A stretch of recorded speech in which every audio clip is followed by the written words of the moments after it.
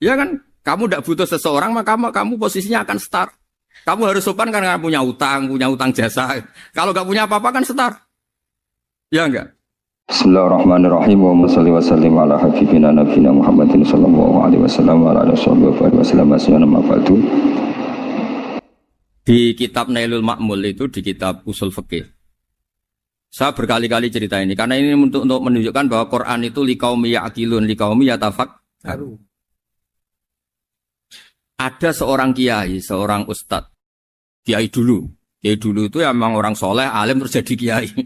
Kalau kiai sekarang tuh macam-macam, nganggur terus ingin jadi kiai, terus daftar gitu. Ada lowongan di yayasan, masuk ingin jadi ustadz, karena dengar ada gajinya. Dulu tidak ada seperti itu, dah.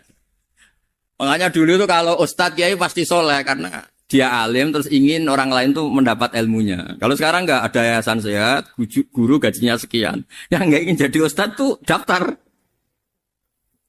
Karena ada gaji, apalagi ada kabar, ada gaji, ada mes, ada wah yang daftar banyak ya. Tapi mentalnya ada kiai sebetulnya. Ya kalau sampean tanya itu baik dah Gus, ya setengah baik. Ya maksudnya setengah baik ya ada baik ngajar itu kan baik. Tapi setengah saja karena motifnya itu nyari gaji, bukan ingin mencerdaskan umatnya Rasulullah SAW. Itu Imam Amudi itu guru matematika. Saya nggak bosan-bosan cerita ini. Guru matematika. Muridnya sampai takut ini masuk surga ndak. Kiai kok ndak ngajarin istighosa atau tahlil malah ngajarin apa? Matematika. Beliau meninggal terus muridnya tanya, "Ma fa'alallahu bik?" Kira-kira gitu.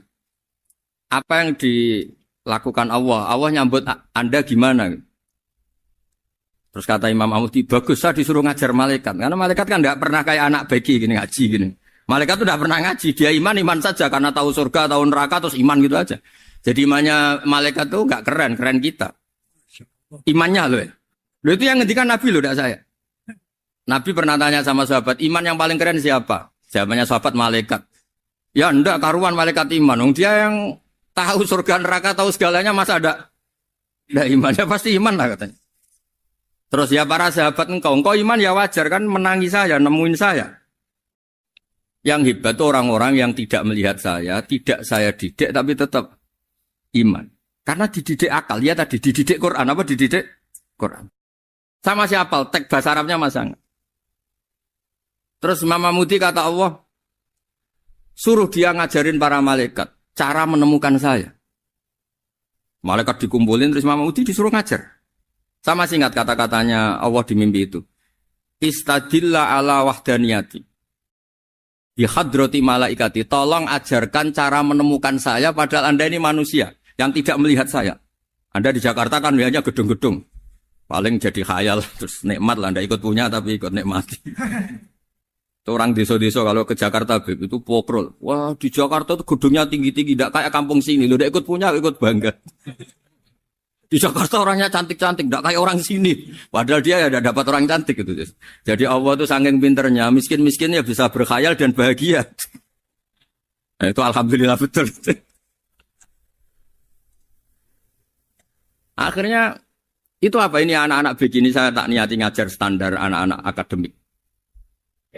Terus pertama yang diajarkan hanya bilang gini, sama siapa teknya? Ya malaikat wahai para malaikat. Terus beliau bilang, nisbatus naini wassalasah ila malanihayata lahu nisbatul far'i ilal asli. Angka itu jumlahnya berapapun, 2, 3 sampai triliunan. Semuanya itu nisbatul far'i ilal asli. Binisbat ilal wahid nisbatul far'i ilal asli. Angka 2 ya cabangnya 1, 3 ya cabangnya 1, 1 triliun ya cabangnya 1. Tetap yang asal usul adalah angka 1. Itu nangis semua malaikat. Cara Jawa itu mandekman kue iman kaya imanku. Makanya imannya umat Rasulullah SAW itu PD-nya yakinnya kayak imannya malaikat. Kalau Tuhan itu 1. Karena angka agak bisa dimulai kecuali dengan angka 1. Makanya nisbatus naini wassalasah ila ma nihayatalahu iku nisbatul far'i ilal asli. Semuanya itu nisbatnya cabang ke induk. Berarti semua alam raya ini tetap asal usulnya 1. Yaitu qul huwallahu ahad. Nah, itu namanya akal. Umatnya Rasulullah itu ditinggali mukjizat akal lewat panduan Quran sehingga meskipun kita tidak menangi Rasulullah, tidak menangi sahabat, kita tidak tahu malaikat Jibril, tapi cara iman kita ini tidak kalah keren. Yakin hakul, yakin. Terus kedua, gambar. Kamu gambar rumah, gambar hewan, gambar apa saja. Mesti dimulai satu titik. Entah gambar kamu bagus, entah jelek, tetap dimulai satu titik. Nah titik ini namanya nuqtatul wujud. Semua alam raya dimulai dari satu titik, yaitu nuqtatil wujud. Makanya Quran dimulai bismillah, dan bismillah itu dipilih sama Allah, pakai pertama ba itu ada titik. Itu kata semua ulama. Itu titik itu singkatan dari bi kana makana wa bi yakunu mayakun. Karena saya semuanya ada. Bi itu karena saya. Jadi makanya santri-santri beki tidak usah bayangkan kamu jadi wali terus bisa terbang ke Mekah, tidak usah. Kalau terbang ke Mekah ya sudah umroh aja bayar. Kalau enggak ya maklaran KBH atau apa. Pokoknya cari gratis.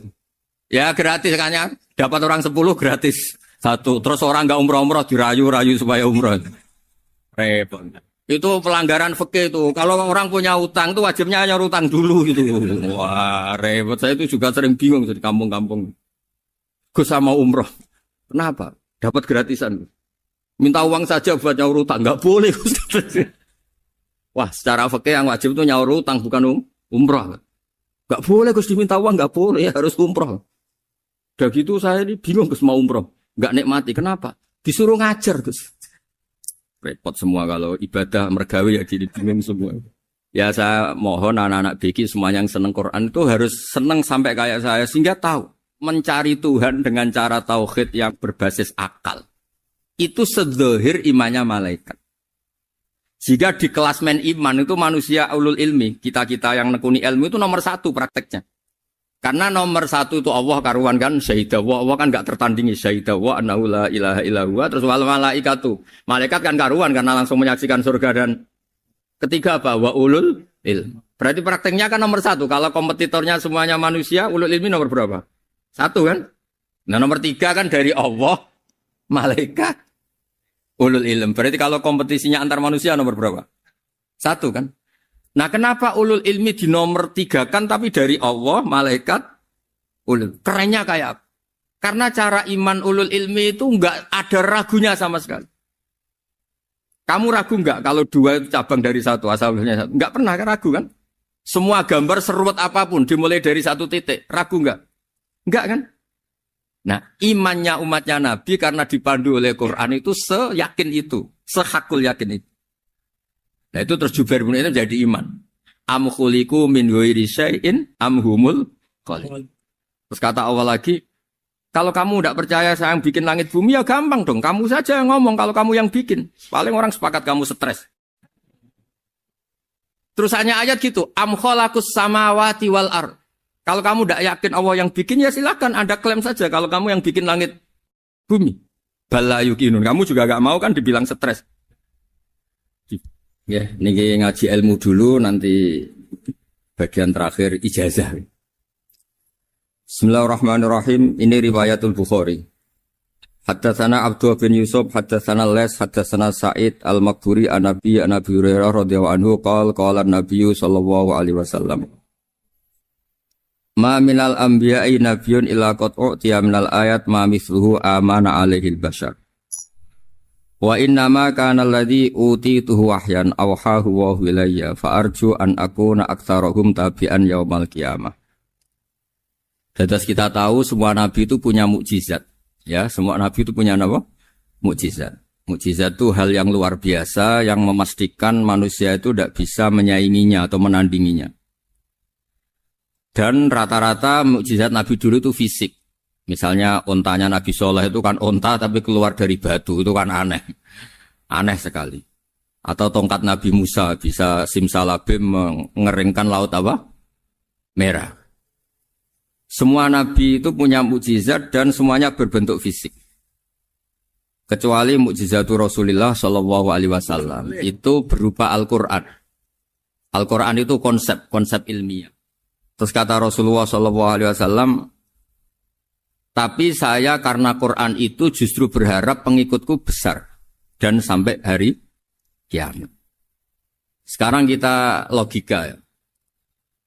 Andaikan kamu punya tongkatnya Nabi Musa, kalau kamu suka uang, kepikirannya dijual apa dipakai?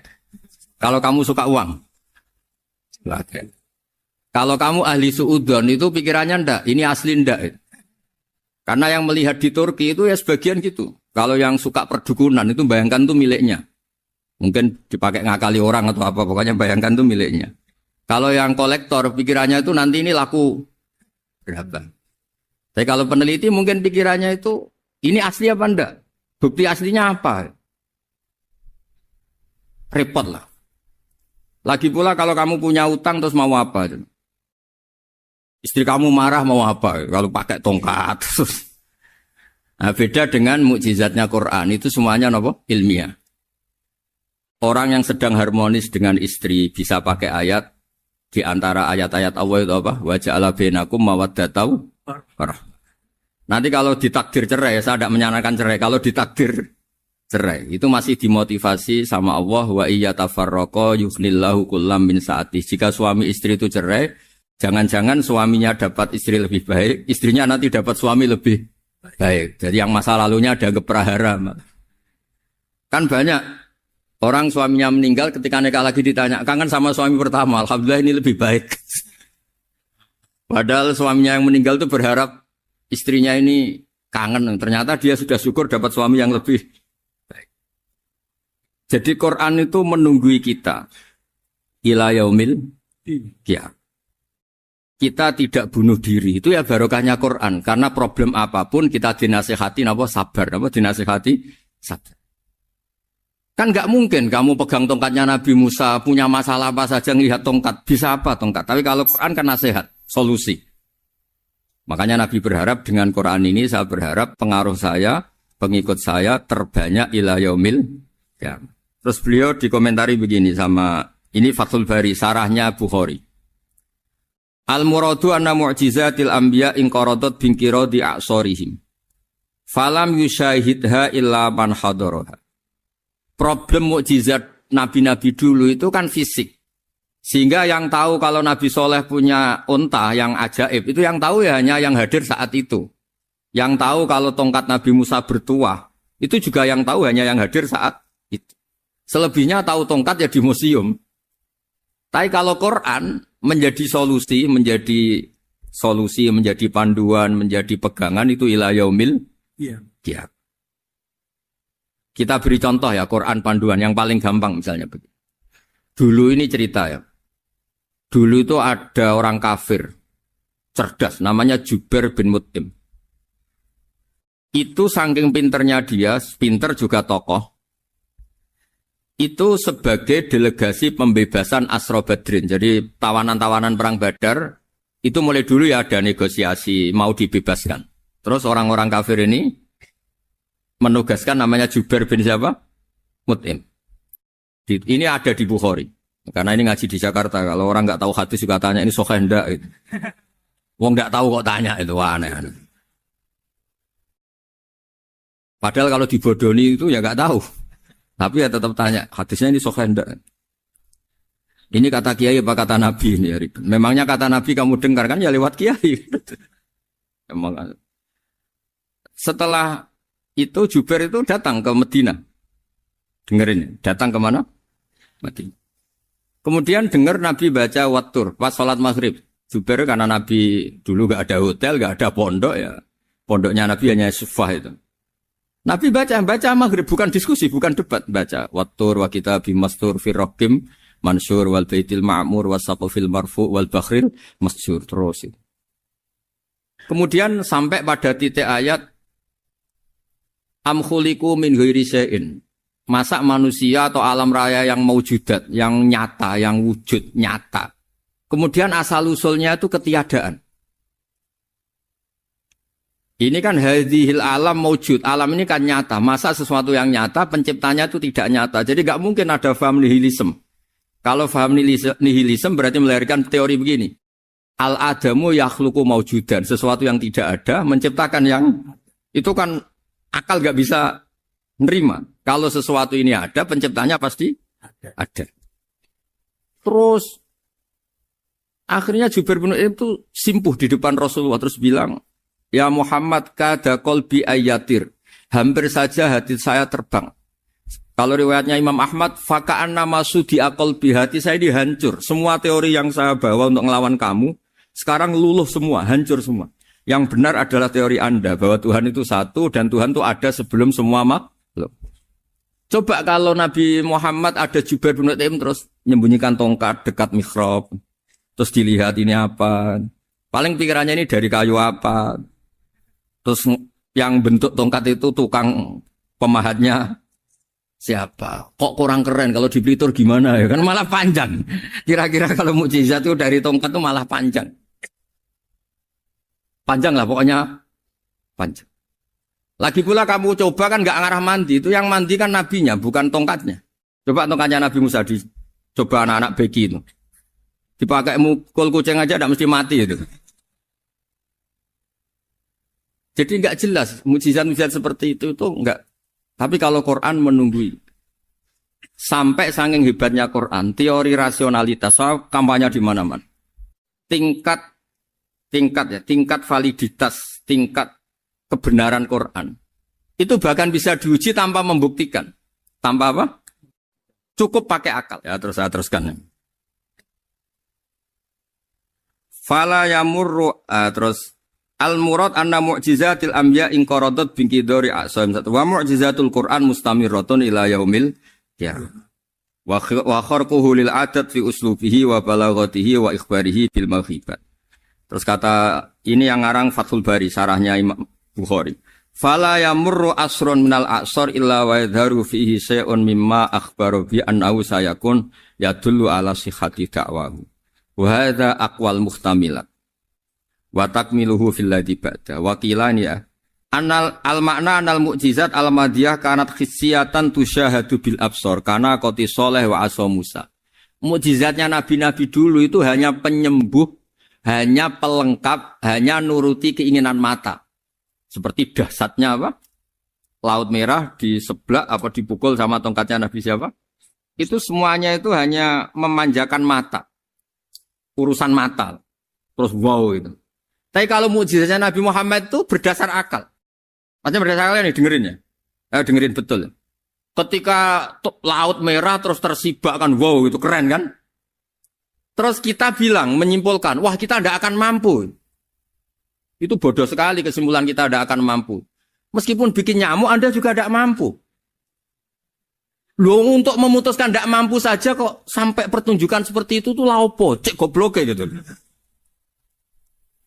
Nah kalau kita karena umat yang pinter untuk memaksa kita nggak mampu, Allah bilang Inna wa la yastahi ayadriba mathalam ma ba'ud. Kita melihat nyamuk langsung berkesimpulan tidak mampu. Saya berkali-kali cerita nyamuk itu sudah kecil, masih punya urat, uratnya kayak apa? Masih punya kuman, kumannya seberapa? Ya enggak? Nyamuk itu kecil, punya organ tubuhnya punya urat. Itu kalau kamu pinter, antara tongkatnya Nabi Musa menyibak Laut Merah sama nyamuk itu sama-sama berkesimpulan melahirkan satu faham bahwa kita tidak mampu. Loh, untuk memaksa tidak mampu saja kok menuju pertunjukan ada onta keluar dari batu. Naqatu Shalih, ada tongkat yang bisa mengeringkan laut. Cik goblok ya. Lah kita alhamdulillah ada jenis goblok yang seperti ini. Untuk ikrar bahwa Allah itu hebat ala kulli syai'in, cukup lihat nyamuk. Kagum kan? Sudah ada usah bikin hidup. Saya berkali-kali mencontohkan. Para pemahat tak suruh bikin patung gajah itu mampu. Tak suruh bikin patung nyamuk kalau bisa. Nyari materi dari apa? Gampang mana bikin patung gajah sama patung nyamuk? Gajah, makanya Allah bikinnya contoh itu untuk ijaz itu pakai nyamuk, bukan pakai gajah. Itu kalau ustadz-ustadz yang agak jorok malah contohnya nyamuk, Gus. Itu kecil. Itu kayak apa? Di dalamnya dia hamil. Oh, itu anaknya kecil lagi, telurnya kecil lagi, itu gimana itu cara bikin itu? Makanya di sini ada kitab Itqan, itu komentarnya itu lucu. Ini kitab Al-Itqan karangannya Imam Suyuti. Ini persis komentar saya tadi yang. Kata Imam Suyuti, pengarang kitab Itqan, wa ya imma khissiyah wa imma aqliyah. Jadi mukjizat itu ada yang fisik, bisa dilihat indra, panca indra, bisa dilihat akal. Wa aktsaru mu'jizati Bani Israil kanat khissiyah li baladatihim. Bilada itu goblok. Wakil lati basairihim. Dasar wong goblok. Mukjizat itu ngenteni sing wow. Maksudnya dasar wong untuk ngakui Allah hebat saja kok nunggu hal-hal yang seperti itu. Paham ya? Mergo likil latin apa aklihim wa aksaru mu'jizati hadil ummah akliyatun li farati dzakaihim wa kamali afwahihim. Dan mukjizatnya umat ini semuanya berdasar akal karena sudah cerdas. Jadi andaikan kita melihat tongkatnya Nabi Musa menyibak Laut Merah dengan melihat nyamuk, kesimpulan kita sama-sama wow, sama-sama keren, sama-sama memastikan kita tidak mampu. Makanya terus Quran menerangkan ya wa ma min dabatin fil ardi wala ta'iri yatiru bi janahihi illa umamun amsalukum. Jadi keseharian kita lihat burung kok terbang. Itu sudah ayatun min ayatillah. Paham ya? Dados niki kudu bangga ditunggoni napa Quran, nggih ditunggoni napa Quran. Wa mu'jizatul Quran tusyahadu bil basirah fayakunu mayatabi'u li ajlihi aksar. Terus li annal ladzi yusyahadu bi ainir ra'si yang qaridu bingkiradi musyahidi. Sesuatu yang tampilan dahsyatnya itu disaksikan mata, maka itu bisa habis. Era tongkat Nabi Musa seperti itu habis enggak? Bisa mengeringkan Laut Merah habis kan? Tapi era mukjizatnya Quran ila yaumil qiyamah. Ya contoh sosial, saya kembali lagi ke sosial. Kamu punya teman awet atau punya istri awet, itu konsepnya ya wal kadhiminal ghaidh, agak gampang tersinggung. Coba kalau kamu setiap tersinggung putus, setiap tersinggung habis, kamu tidak punya teman, tidak punya istri. Sampai kita awet seperti ini, kalau kecewa ya wal kadhiminal ghaidh, ngempet. Termasuk saya ini, biasanya ngaji khusus terus baca gini ya kecewa. Tapi barokahnya diwarai Quran wal kadhiminal ghaidh, ngempet Gus, ngempet. Terus kecewa sama teman, kenapa tidak putus? Karena wal afina Aninna sudah kalau kecewa maafkan. Coba kalau kita kecewa presiden, dia mau kecewa menteri, dia mau kecewa orang tua minggat. Ya kalau dicari, kalau tidak kan malu. Saya itu punya teman tak tanya, kecewa besar sama bapak itu. Kenapa tidak minggat? Malu. Kenapa malu? Takut gak dicari. Itu orang tuh paling malu itu kalau keluar dari rumah nggak di. Saya punya teman lagi, saya ini takut mati Gus. Kenapa? Takut istri saya tidak nangis Gus. Itu kematian terburuk itu kalau mati tahu istrinya ada nangis, itu malu betul itu. Makanya jangan mati, pokoknya pastikan orang sekeliling ada nangis itu baru berani mati, kalau enggak jangan. Ya jadi mukjizatnya Nabi itu luar biasa. Nah ini terus saya teruskan ya, makanya mukjizat terbesarnya Nabi adalah Al-Quran. Karena Al-Quran itu cerita tentang hukum-hukum akal, cerita tentang logika-logika peradaban.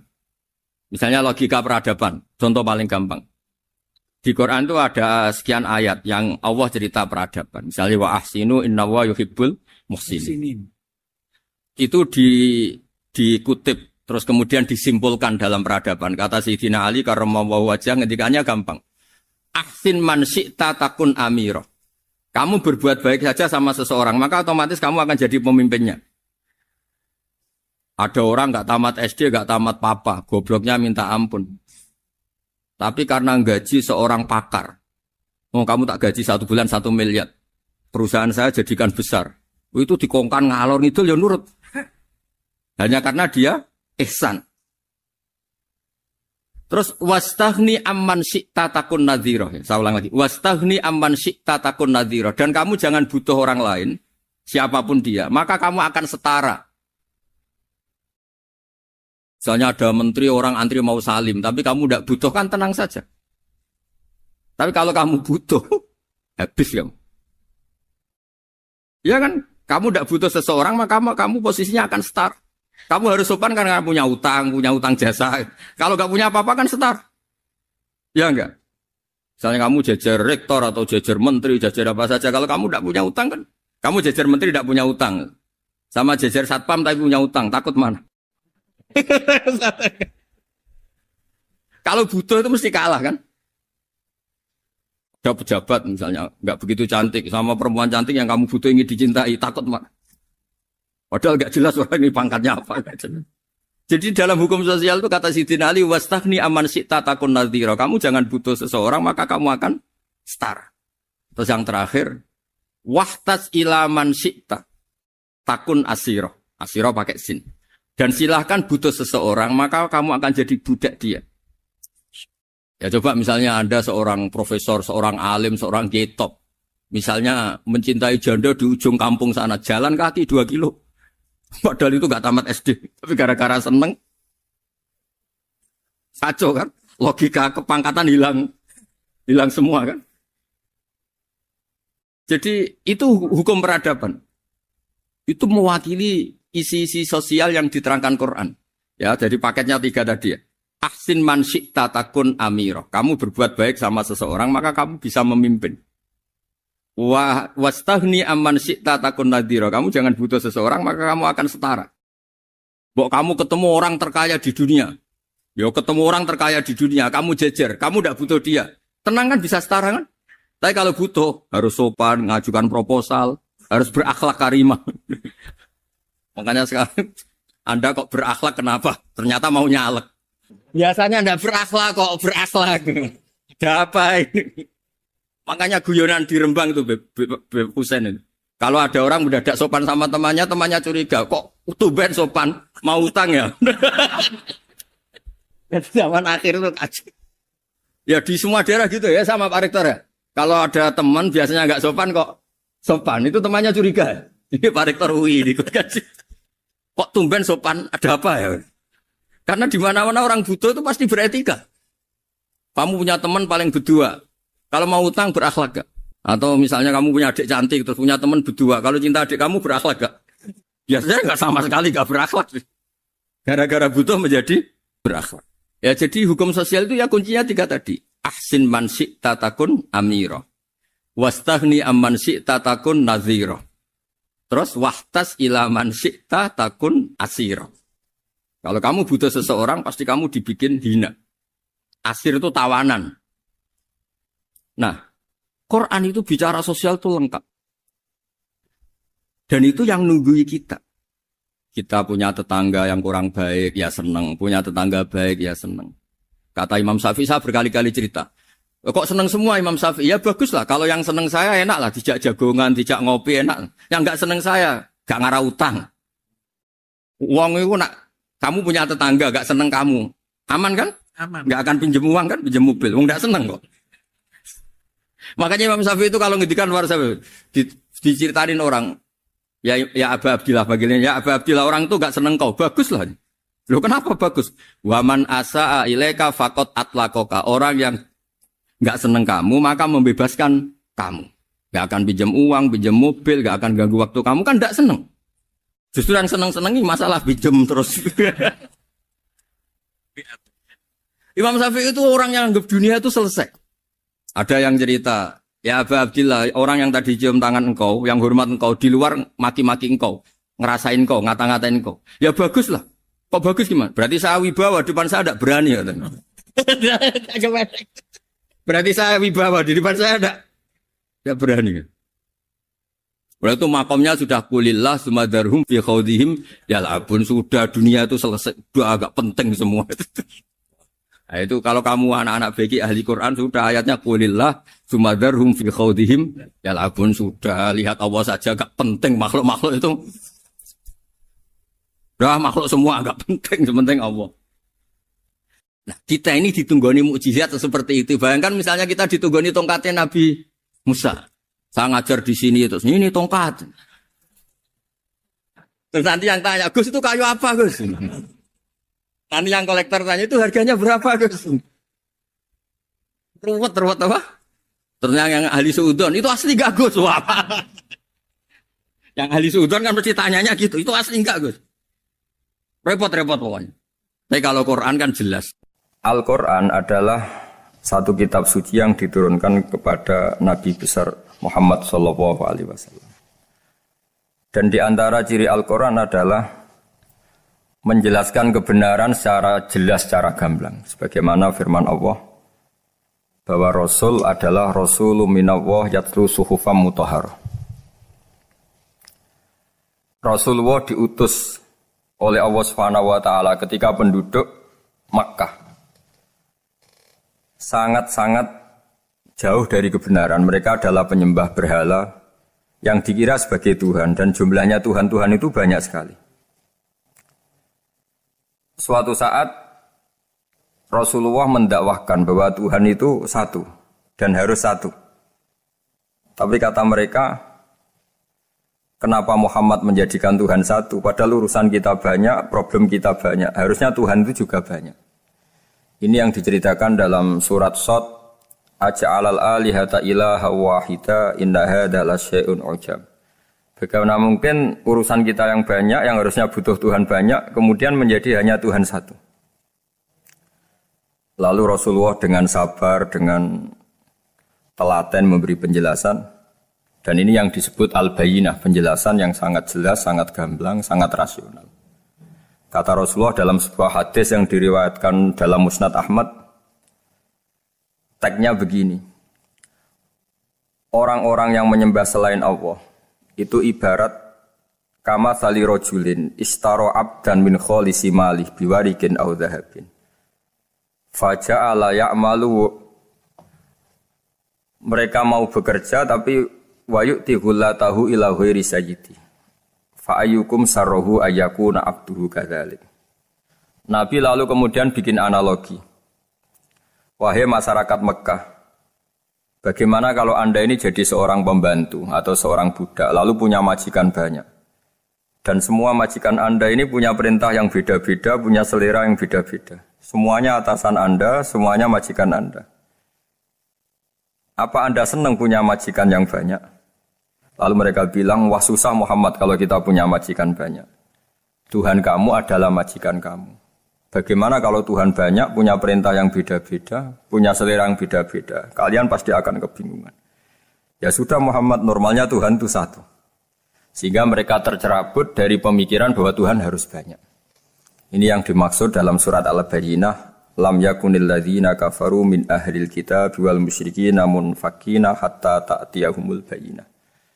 Bahwa orang-orang kafir, baik kafir ahli kitab maupun kafir musyrik Mekah, mereka tidak pernah terlepas dari sifat kekafirannya, yaitu menuhankan banyak Tuhan, sampai datang sebuah bayinah.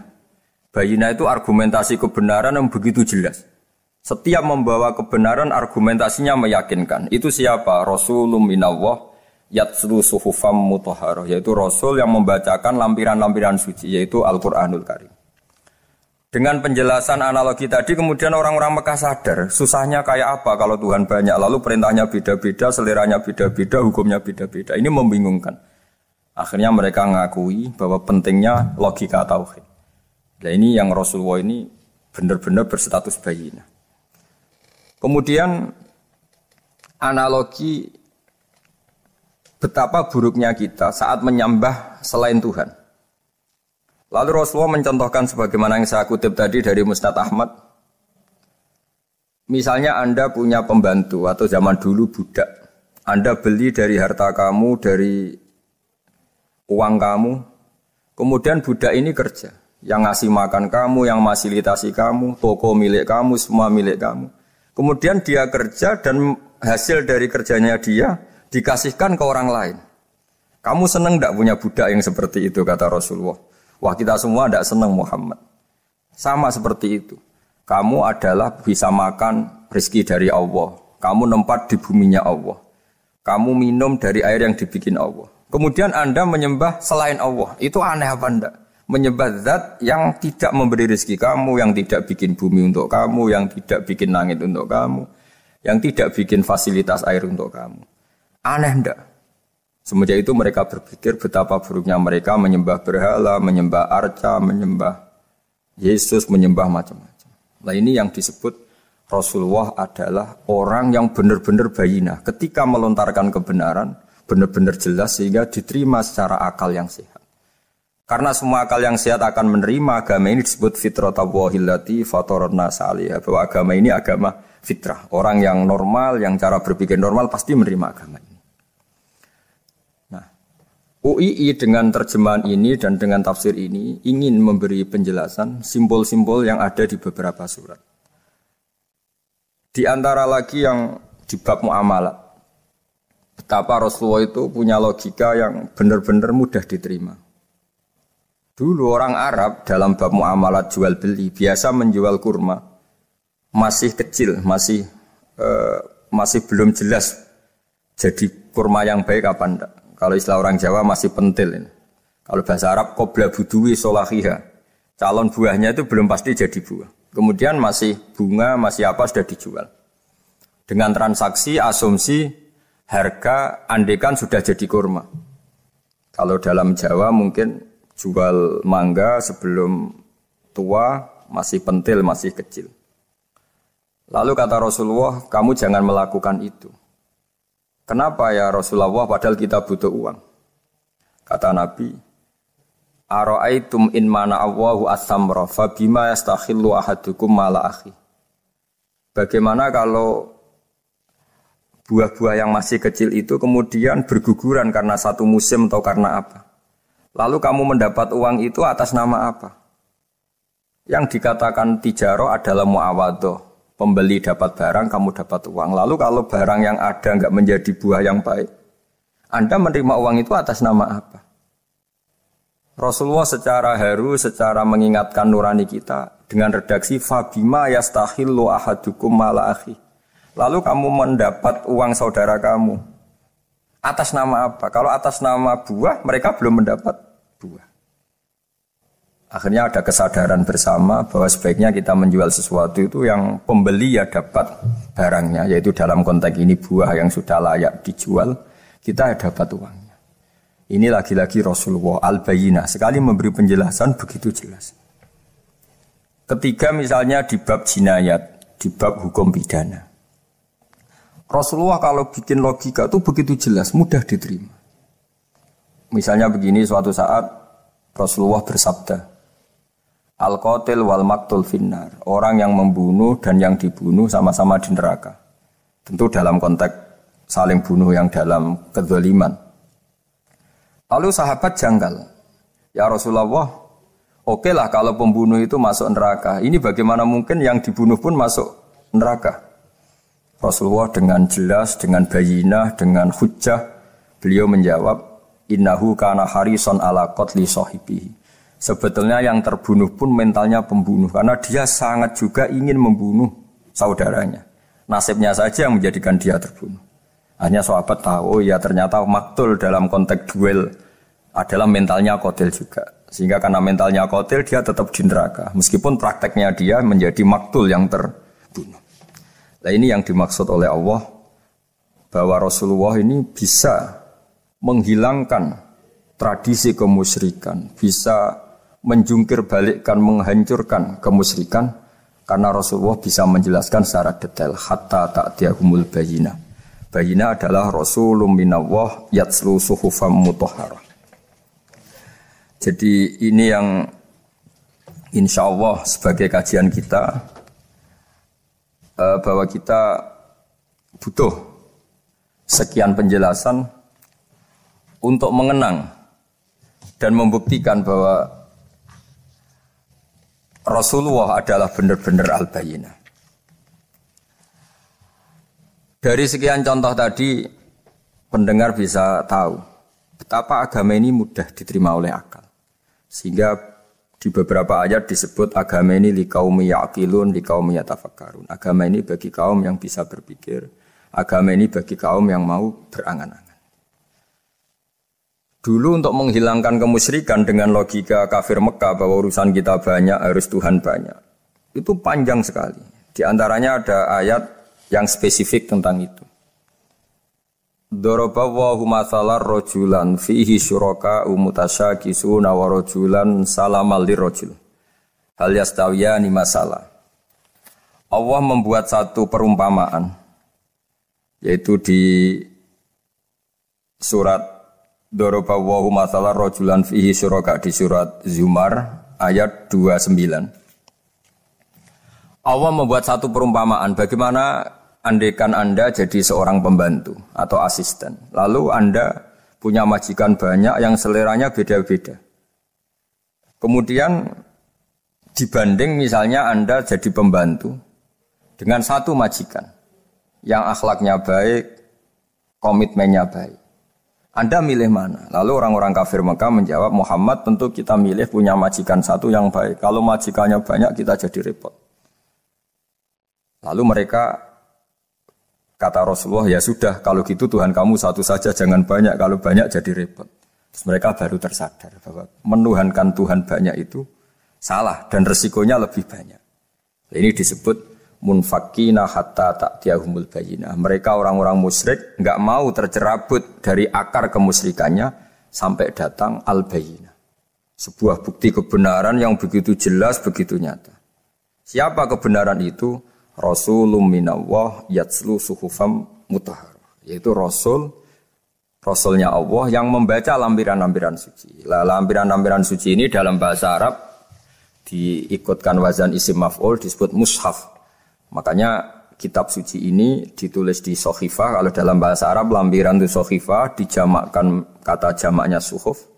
Kemudian ketika dicetak, dijilid disebut mushaf.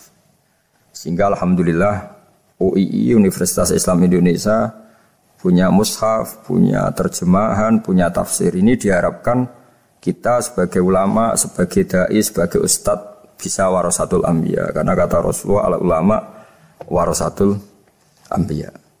Saya kira demikian supaya pemirsa tahu, pendengar tahu bahwa betapa pentingnya menjelaskan secara bayyinah. Ini penting sekali karena sekarang pikiran di dunia itu macam-macam dan kita butuh energi untuk mengungkap lagi intisari-intisari dari sesuatu yang digulirkan atau dibahas Al-Quranul Karim. Sehingga Al-Quran ini benar-benar jadi ibrah, jadi teladan bagi kita semua. Jangan sampai karena kita lupa mengkaji Al-Quran sehingga hukum-hukum Al-Quran menjadi mandek. Kita harus terus mensosialisasikan supaya Quran ini hidup. Caranya gimana? Masyarakat dirangsang supaya tahu al-bayyinah. Contoh yang terakhir sebelum menutup perjumpaan kali ini, misalnya dulu orang kafir Mekah itu janggal. Karena mereka juga punya kajian bahwa Nabi itu bersyarat harus turunan dari bangsa Israel. Karena semua Nabi itu pasti turunan Nabi Ibrahim. Yaitu Nabi Ibrahim punya anak yang bernama Ishak. Ishak punya anak yang bernama Yakub. Yakub ini yang nanti punya anak Yusuf, sehingga Yusuf bin Yakub bin Ishak bin Ibrahim. Ketika nabi-nabi ini hidup di Palestina, di Yerusalem, itu kayak jadi aturan bahwa nabi itu harus turunan Bani Israel. Sehingga ketika orang-orang kafir Mekah dari kelompok ahli kitab, ketika Rasulullah Muhammad mendakwakan diri sebagai nabi, mereka janggal bagaimana mungkin nabi dari orang Arab. Nabi itu harusnya orang Yerusalem atau orang Palestina. Kemudian Allah memberi penjelasan, fihi ayatum bayyinatum maqamu Ibrahim, bahwa Muhammad adalah turunan Ibrahim. Bukti nyata adalah di Mekah ada jejak kakinya Nabi Ibrahim, yaitu yang sekarang kita sebut maqam Ibrahim. Setelah dilacak-lacak ternyata mbah-mbahnya Rasulullah atau nenek moyang atau leluhur Rasulullah bernama Adnan. Adnan ini kata sejarah-sejarah disepakati wa adnanu bila raibin intadzabil ulumin nasabiyah ila dzabihi Ismail nisbatuhu wa muntama, bahwa Adnan ini tertulis secara sejarah lengkap bahwa dia turunan dari Nabi Ismail. Ismail adalah anak dari Nabi Ibrahim. Kemudian makom Ibrahim ini juga dibuktikan sekian sejarah bahwa Ibrahim pernah di situ. Yaitu ketika Hajar, ibu dari Ismail, kesulitan nyari air, lalu lalang lari antara Safa dan Marwah. Kemudian kita kenang sekarang bernama Sa'i. Kemudian dekat Ka'bah ada namanya Hijir Ismail. Karena dulu jadi kamarnya Nabi Ismail. Hijir, hujro itu kamar atau ruang khusus untuk Nabi Ismail. Sehingga jelas sekali bahwa Ibrahim, Ismail, Hajar pernah hidup di Mekah. Lalu lagi-lagi orang kafir Mekah yang dari kelompok ahli kitab sadar bahwa Muhammad jadi nabi layak karena dia juga turunan dari Ibrahim alaihis salam. Ini yang disebut fihi ayatum bayyinatum maqamu Ibrahim, bahwa di kawasan Mekah, kawasan Bakkah atau kawasan Hijaz jelas sekali ada jejak-jejak Nabi Ibrahim. Lagi-lagi ini bayyinah. Nah, bayyinah ini yang bisa menghilangkan sifat kemusyrikan, sifat kekufuran. Karena lewat penjelasan yang panjang ini, kemudian benar-benar diketahui bahwa Muhammad jadi Nabi itu sah. Karena dari segi dakwahnya benar, perilakunya benar, hujahnya benar. Sekarang dari segi nasab juga benar karena beliau termasuk keturunan dari Nabi Ibrahim alaihissalam lewat jalur Ismail. Ini penting kita ketahui dan perlu kita kaji supaya istilah-istilah di Al-Quran kita tahu. Makanya banyak istilah di Al-Quran misalnya wattaba'tu millata abai. Kita ngikuti agama leluhur kami. Di situ disebut ada Ibrahim, ada Ishak, ada Ismail, ada Yakub. Kenapa demikian pendengar? Bahwa karena agama ini butuh tradisi. Dan tradisi ini menjadi komunitas sosial. Sehingga ketika tradisi ini sudah mantap, insya Allah lewat kebenaran agama ini akan menyingkirkan kemusyrikan. Contoh paling mudah begini, Nabi itu melarang orang menyembah batu. Tapi kemudian dalam tradisi Islam sendiri ada orang sholat kemudian sujud. Yang secara zahir sujud itu mencium batu atau mencium masjid tempat kita sujud. Apalagi kita mencium Hajar Aswad. Secara kasat mata seakan-akan kita ini menghormati betul Hajar Aswad. Sehingga orang kafir mencibir. Muhammad itu aneh. Dia melarang kita menyembah batu tapi dia sendiri mencium Hajar Aswad seperti itu. Dia sendiri menyembah batu. Orang kalau sujud seakan-akan seperti itu. Tapi lewat penjelasan Nabi bahwa kita sujud hanya kepada Allah. Kita kalau sujud baca sajadah wajhililladzi khalaqahu wa sawwarahu wa syaqqa sam'ahu wa basarahu bihaulihi wa quwwati fatabaraka ahsanul khaliqin. Wajah kami sujud kepada zat yang menciptakan wajah kami, yang mengasih kita pendengaran, yang mengasih kita pandangan. Hanya Allah saja yang ahsanul khaliqin, hanya Allah saja zat yang paling baik dalam penciptaan. Ini penting sekali saya katakan bahwa sehingga sujud kita yang seperti itu adalah simbol tawadhu. Tidak ada kaitannya dengan kita ini menyembah batu. Sehingga kita tradisikan ke anak-anak saat sujud baca subhana rabbiyal a'la wa bihamdi. Kita ajarkan mereka bahwa semua selain Allah adalah ciptaan Allah. Jadi andai kan nggak ada tradisi tauhid yang dijelaskan begitu detail. Saat kita haji bilang labbaika Allahumma labbaik, labbaika la syarika laka labbaik. Innal hamda wan ni'mata laka wal mulka la syarika lak. Ya.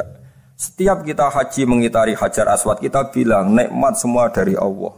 Enggak ada syarik bagi Allah, enggak ada mitra bagi Allah, enggak ada sekutu bagi Allah. Sehingga karena ini kita maklumatkan, kita kumandangkan, meskipun umat Islam itu mencium Ka'bah, mencium Hajar Aswad, enggak akan disalahfahami ini bentuk penuhanan kepada Hajar Aswad atau kepada Ka'bah. Karena kita ungkapkan innal hamda wan ni'mata laka wal mulka la syarika lak. Enggak ada syirik, enggak ada mitra bagi Allah. Sehingga dari sekian talbiyahnya Rasulullah kita tahu ini bentuk pemaklumatan tauhid. Bahwa tauhid harus dikumandangkan lewat kalimat-kalimat thayyibah, lewat pemikiran-pemikiran logika hujjah bahwa Tuhan pasti satu dan yang jadi Tuhan hanya Allah Subhanahu wa taala. Karena andekan ini tidak dikumandangkan, kemudian ada ritual yang secara lahir kasat mata nyium Hajar Aswad.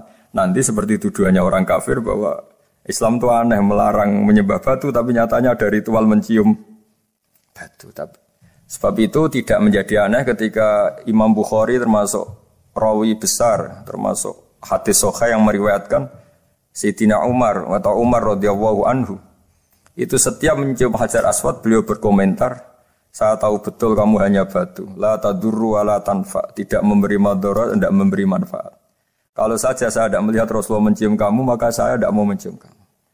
Dulu di era itu ada momentumnya. Kenapa sih Umar radhiyallahu anhu atau sahabat Umar susah-susah memberi penjelasan seperti itu? Karena dulu masih ada salah paham bahwa mencium batu itu identik dengan misalnya menuhankan batu atau mendewa-dewakan batu. Sehingga Umar berutuh memberi penjelasan. Sayyidina Umar memberi begitu penjelasan detail bahwa kamu hanya batu yang tidak mandoroti, tidak manfaat. Tapi secara tradisi sunnah Rasul kamu dicium, ya saya ikut mencium. Ini penting sekali penjelasan-penjelasan seperti ini, maklumat-maklumat seperti labbaik Allahumma labbaik, sehingga semua ritual Muslim tidak disangka atau tidak disalahfahami sebagai pemuja materi. Lagi-lagi penjelasan yang detail ini disebut al-bayyinah. Rasulun minallah yatslu suhufam mutahharah. Kemudian ayat berikutnya disebut fiha kutubun qayyimah, bahwa dalam kitab suci Al-Qur'an itu banyak aturan-aturan atau catatan-catatan yang begitu lurus, begitu benar. Nah, tentu karena kita ini orang Indonesia yang kalau mengakses langsung bahasa Arab mungkin kita masalah, sehingga alhamdulillah Universitas Islam Indonesia menerbitkan seri terjemah juga seri tafsir, dan sekarang dibantu lewat acara ini kita berusaha atau membantu para pendengar untuk lebih memahami lebih jauh. Sahabat Indonesia yang kami hormati, berikut kita mulai kajian tafsir yang dikeluarkan oleh UII. Mari kita mulai dengan surat Al-Baqarah. Bismillahirrahmanirrahim. Alif Lam Mim. Dzalikal kitabul la raiba fihi hudal lil muttaqin. Di sini diterjemahkan Alif Lam Mim ini termasuk ayat-ayat yang oleh para ulama dianggap mutasyabihat. Artinya kita tidak boleh memaksakan maknanya. Kita cukup iman bahwa itu dari Allah Subhanahu wa taala.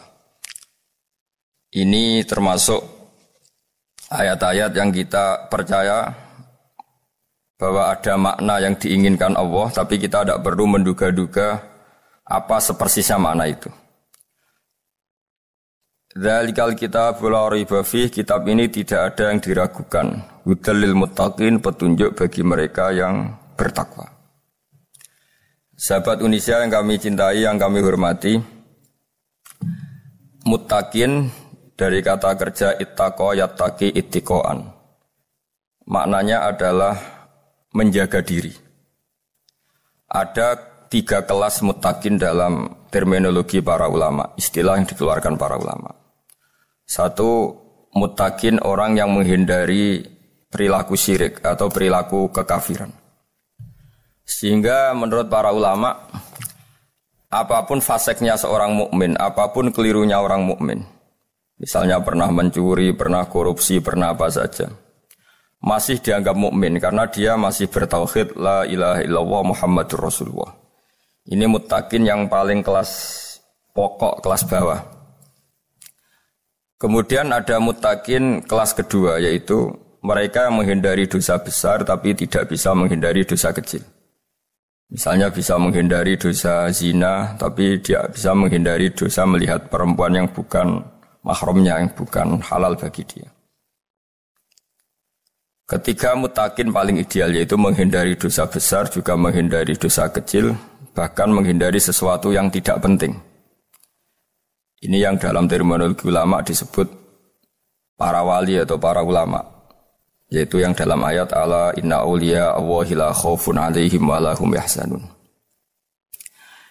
Ini penting kami jelaskan kelas-kelas muttaqin supaya bahwa mukmin tidak pernah keluar dari status iman meskipun dia pernah melakukan satu kesalahan besar.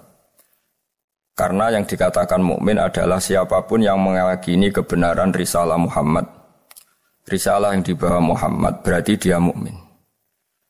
Soal dia melakukan dosa atau apa saja itu menjadikan dia fasik, tapi tidak keluar dari status mukmin.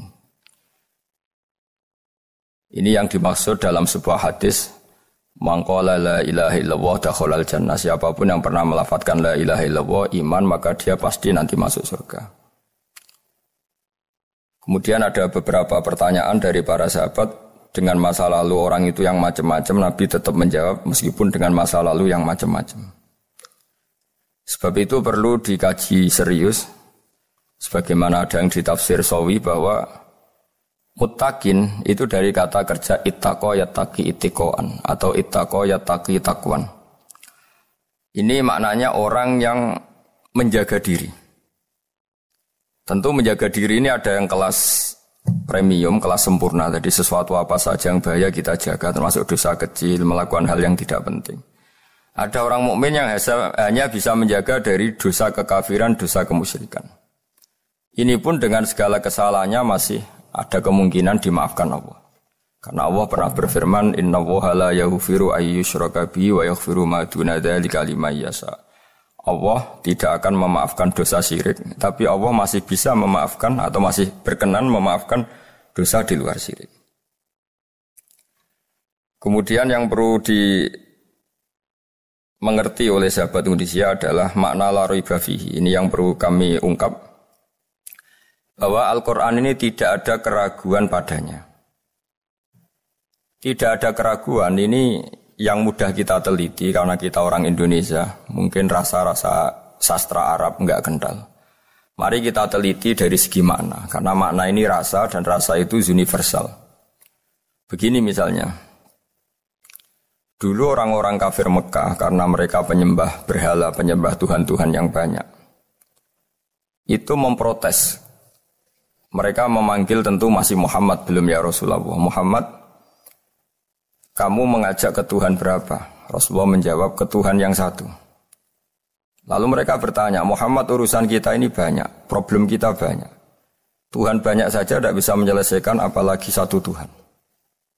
Ini yang diceritakan dalam sebagian ayat disebut, Aja'alal alihata ilaha wahida inna hadza lasyai'un ujab. Bagaimana mungkin Tuhan itu satu?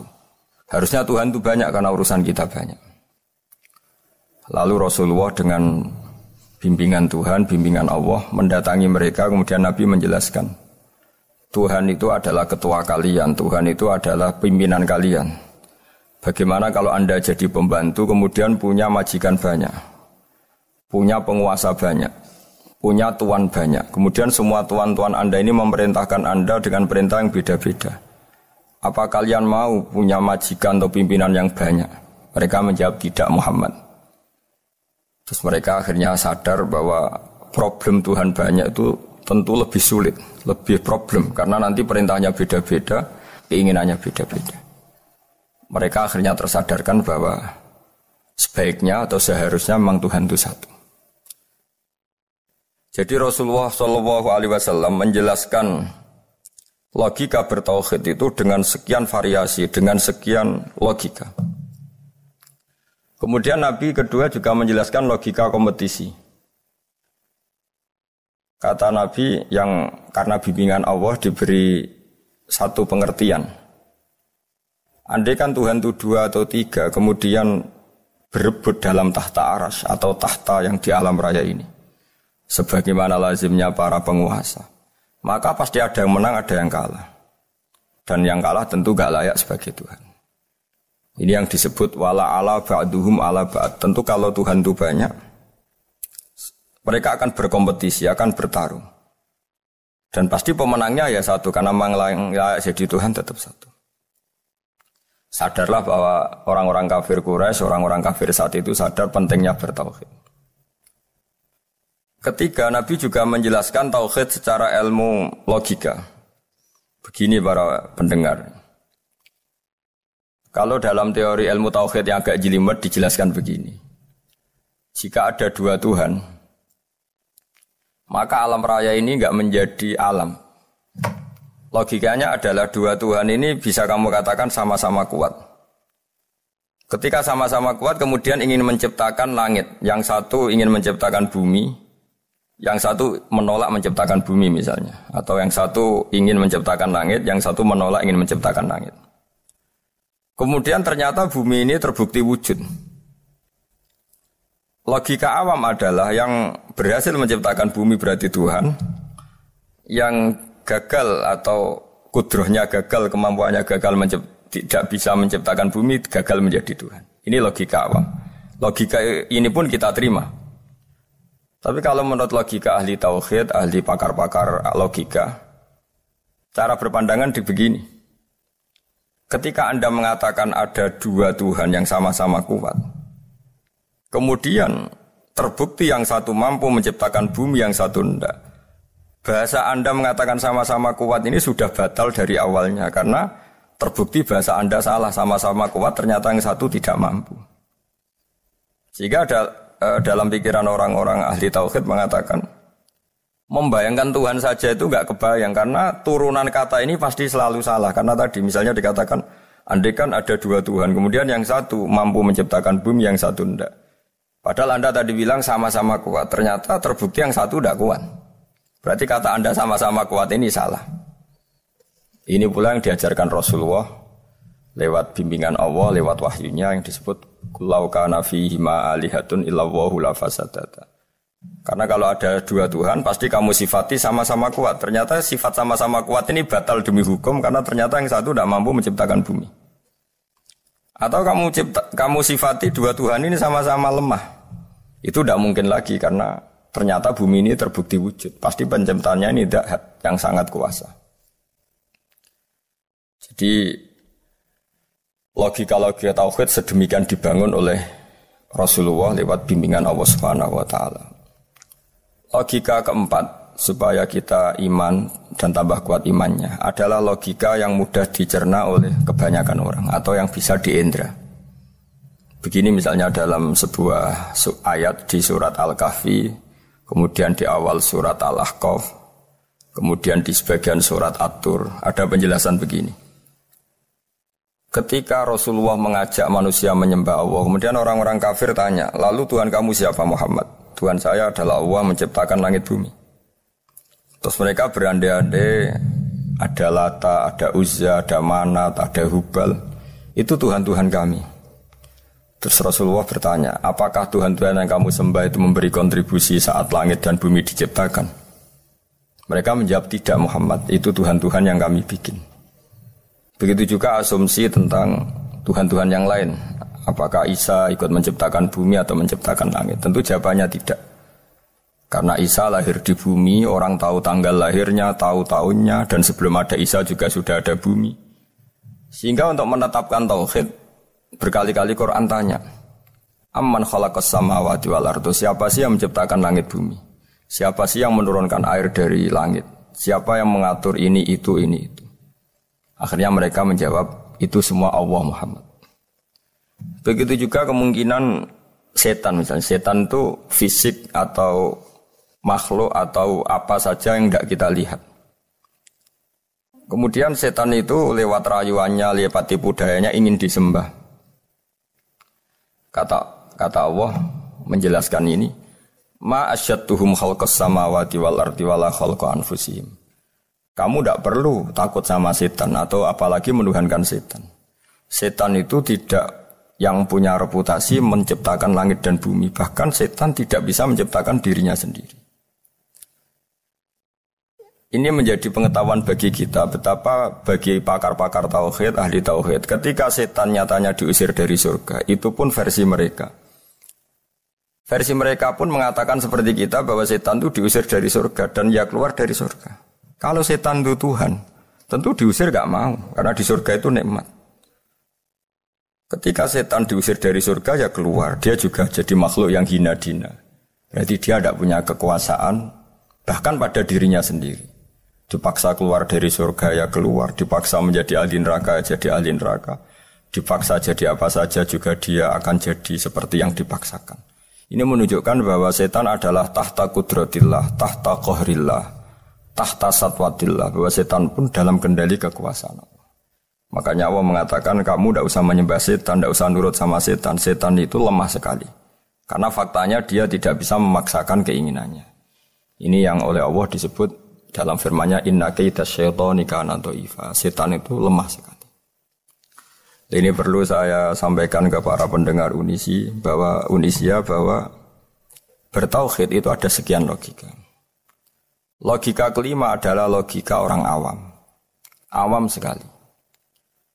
Suatu saat ada perdebatan antara Abul Hasan al-Asy'ari.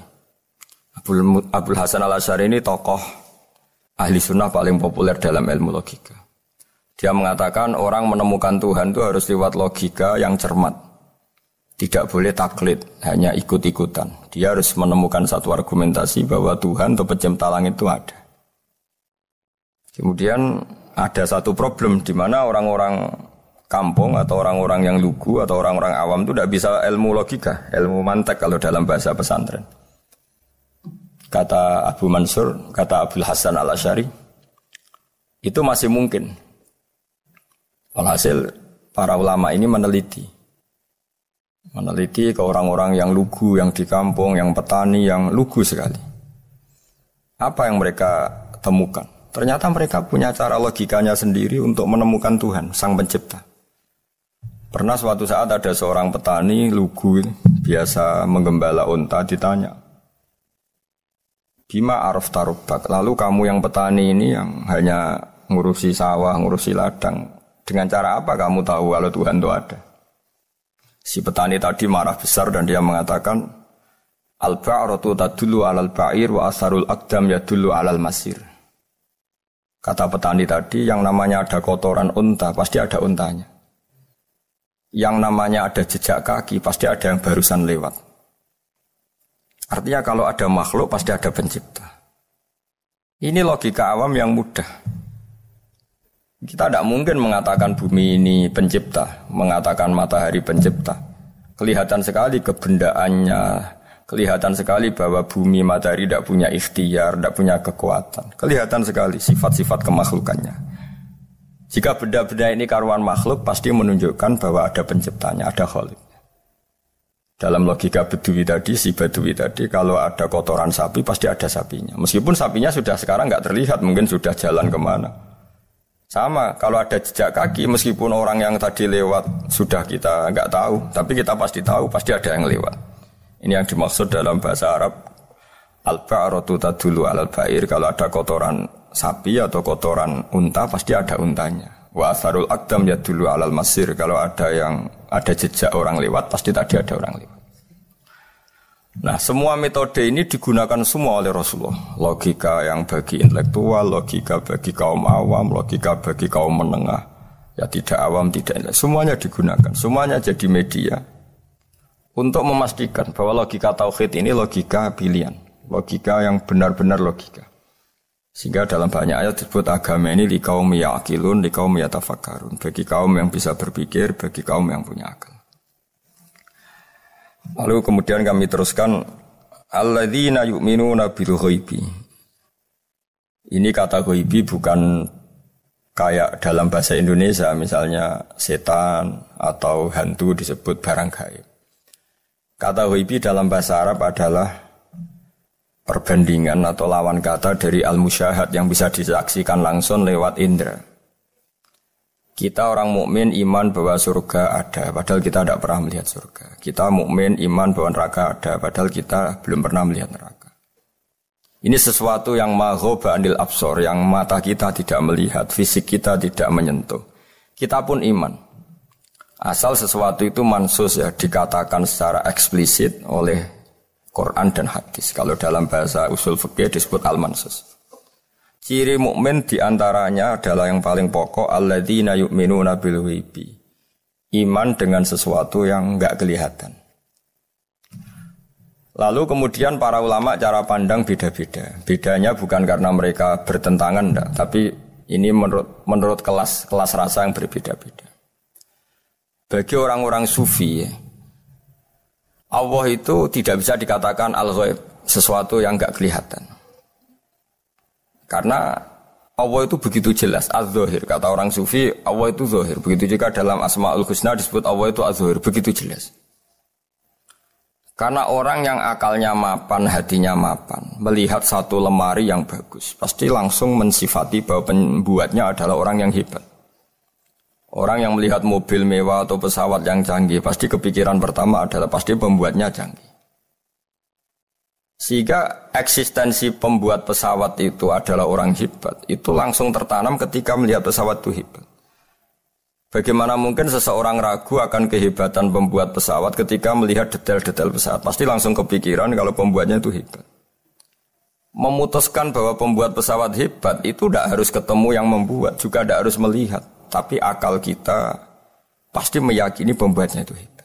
Berarti keputusan menyimpulkan bahwa pembuatnya hebat adalah az-zahir begitu jelas. Begitu juga langit dan bumi, matahari semuanya tertata rapi. Air dengan fungsi manfaat yang sebegitu hebat, oksigen, semua tanaman, buah-buahan. Meskipun kita tidak pernah melihat Tuhan, tapi akal kita, nurani kita pasti berkeyakinan dan tahu betul pasti pembuatnya itu zat yang super hebat, super bijaksana. Sehingga dalam kategori ini Allah tidak bisa dikatakan suatu yang enggak tersentuh, yang enggak terjangkau. Allah itu az-zahir begitu jelas. Sehingga di antara Asmaul Husna disebut az-zahir. Sebab itu saya menganjurkan atau saya punya saran bahwa alladzina yu'minuna bil ghaibi itu contoh paling mudah itu kayak surga, kayak neraka. Kalau Allah sendiri itu az-zahir, mudah diketahui. Karena tadi orang yang melihat pesawat canggih pasti saat itu juga berkeyakinan dan itu pasti benar, pasti pembuatnya juga canggih. Nah, di sini disebut alam raya ini ayat, semuanya itu bukti kekuasaan Allah. Dalam syair-syair orang sufi masyhur sekali itu wa fi kulli syai'in innahu ayatun yadullu ala annahul wahidu. Setiap sesuatu kejadian di alam raya adalah bukti keesaan Allah, bukti eksistensi Allah Subhanahu wa taala. Sehingga dalam satu kisah normalnya orang itu paling tahu itu dengan dirinya sendiri. Karena dia adalah dia. Tapi kalau Imam Sibawai seorang pakar nahwu mengatakan a'raful ma'arif Allah. Di alam raya ini yang paling mudah dikenali itu ya Allah, pencipta. Karena andaikan kita sendirian di hutan, kemudian kita mulai punya akal, kita mungkin tidak tahu diri kita ini siapa. Tapi setidaknya kita langsung menyimpulkan bahwa kita tidak bisa menciptakan diri kita sendiri. Ketika kita berkesimpulan tidak bisa menciptakan diri kita sendiri, pasti kita terus berkesimpulan ada di luar kita yang menciptakan kita. Nah, sebab itu kenapa sifat mencipta ini yang pertama kali dikenalkan oleh Allah kepada nabinya untuk dikenalkan kepada umatnya. Yaitu disebut Iqra bismi rabbikal ladzi khalaq. Muhammad, bacalah dengan nama Tuhanmu. Sifat Tuhan yang paling mudah dikenali oleh siapapun adalah sifat pencipta. Karena ketika seseorang yakin dia lahir sudah ada bumi, dia lahir sudah ada langit, dia pasti akan tahu bahwa dia ada penciptanya. Sehingga paling mudah mensifati Allah atau mensifati Tuhan adalah bismi rabbikal ladzi khalaq. Terus kemudian di antara ciri orang baik adalah wa yuqimunas shalat. Kemudian beriman kepada yang gaib, menegakkan salat. Kata menegakkan adalah dari kata menjaga aturan-aturan atau sesuai aturan-aturan salat. Kita tahu dalam salat ini ada beberapa syarat yang harus dipenuhi. Misalnya harus wudu, harus suci di tempat yang suci. Terus ada syarat-syarat dalam internal salat, dia harus baca Fatihah, harus tumakninah, macam-macam. Itu eksistensi definisi salat. Kemudian kata berdiri juga diartikan para ulama, eksistensi sholat harus diketahui secara publik, secara sosial. Karena sesuatu itu punya eksistensi kalau jadi konsensus atau diakui oleh publik. Di sini agama mewajibkan sholat jamaah. Kata banyak ulama, jamaah itu fardu kifayah, bahkan ada mengatakan fardu ain.